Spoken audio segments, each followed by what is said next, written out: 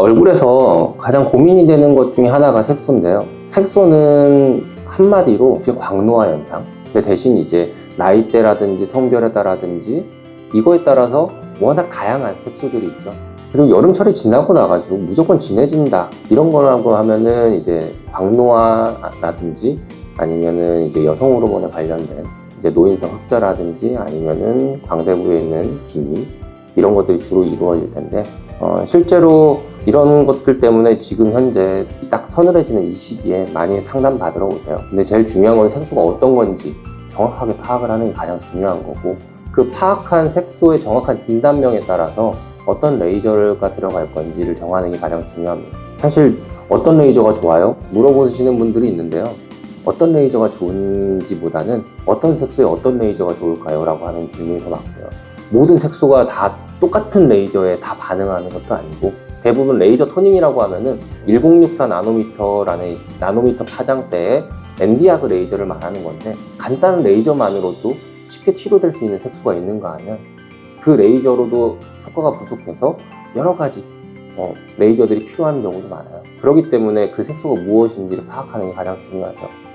기미부터 시작을 하면은, 기미는 처음에 얘기했던 1064 나노미터 파장대 엔디아그, 일반적으로 우리가 보는 레이저 토닝, 이거에서부터 루비 레이저, 또 이제 알렉산드라이트 레이저 같은 여러 가지 색소 레이저에 다 반응을 해요. 하지만 기미의 가장 큰 부작용이라고 하는 건 리바운드 현상인데, 레이저를 잘못 쓰면 오히려 더 과활성되는 게 문제죠.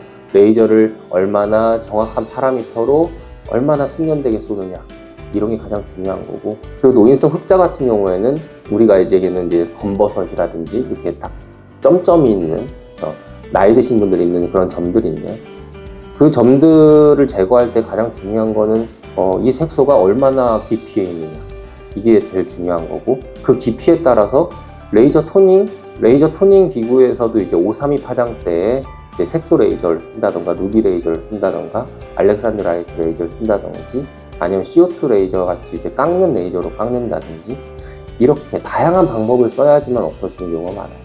단순하게 어떤 레이저가 좋다 이런 거보다는, 그런 게 궁금하시면 직접 병원에 오셔서 내가 지금 현재 갖고 있는 색소가 무엇이고, 그리고 그 색소에 맞는 레이저가 무엇인지 정확히 상담을 받으신 다음에 그 상담 받은 결과에 따라서 레이저를 선택해서 들어가시는 것을 가장 추천합니다.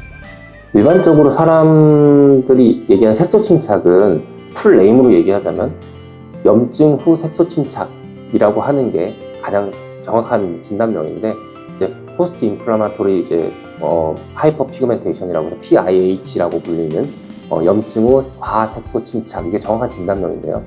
모든 피부에서 모든 염증이 일어난 다음에는 멜라닌 세포 그 단계에서 과활성되기 때문에 색소 침착이 생길 수 있는데, 이러한 색소 침착은 실제로 한 6개월 정도만 지나고 나면은 거의 대부분이 사라집니다. 그것조차도 기다리기 힘들고 빨리 없애고 싶다라고 한다면, 저 같은 경우에는 1064 파장대 엔디아그 레이저를 가지고 일반 레이저 토닝보다 좀 더 강하게 레이저를 쏘거나, 아니면 알렉산드라이트 레이저를 가지고 좀 더 강하게 레이저를 쏘면 이러한 PIH도 손쉽게 치료가 가능합니다. 더 중요한 게 후관리는, 색소에 맞게 정확하게 때리고 난 다음에 문제는 그거에 대해서 후관리를 제대로 하지 않으면 오히려 부작용이라고 하는 거는 더 색소가 진해진다든지, 아니면 알러지 반응이 일어나서 피부가 완전히 뒤집어진다든지, 이런 것 때문에 더 색소가 진해지고 아니면 화상까지 입을 수 있고, 이런 경우가 많기 때문에 저 같은 경우는 레이저 후관리, 그 다음에 후관리 후 일상생활에서의 후처치들, 그래서 레이저 하고 난 다음에는 일단은 냉각해주는 크라이오셀 같은 냉각 관리 기구를 가지고 냉각을 해주고, 그 다음에 저 같은 이제 LDM이라고 하는 초음파 관리 기구를 통해서 이제 염증 반응을 가라앉혀 주고요. 제가 이제 미백 크림 같은 경우를 만들어요. 왜냐면은 워낙 다양한 성분들이 이 후관리에 필요하기 때문에 이것 썼다 저것 썼다면은 이제 고객님들이 너무 불편해하니까, 저 같은 경우는 이제 화장품을 만들어서 그냥 한 번에 바를 수 있는 것을 만들어요. 간단하게 성분은 얘기해주면 이제 기미 치료제로 쓰이는 트라넥사민이라든지, 쌀겨 성분인 니아신아마이드, 항산화제인 글루타치온, 그 다음에 이제 재생제 EGF 같은 것들을 이제 저만의 방식으로 믹스를 해가지고 미백 크림을 만들어서 이제 보습력까지 강화해서 그거를 이제 만들어서 관리를 하면서 후처치를 해드리고요. 그리고 이제 집에 가셔도 레이저를 받고 나면은 각질층이 어느 정도 이제 깨지기 때문에 건조해지기 쉬워서 보습을 신경 써달라고 하고요. 그 다음에 자외선 차단제도 꾸준히 잘 바르시도록 하고요. 이러한 수처치가 다 합쳐졌을 때 미백 효과가 시너지 효과를 내면서 더욱 더 좋아지게 되어 있습니다.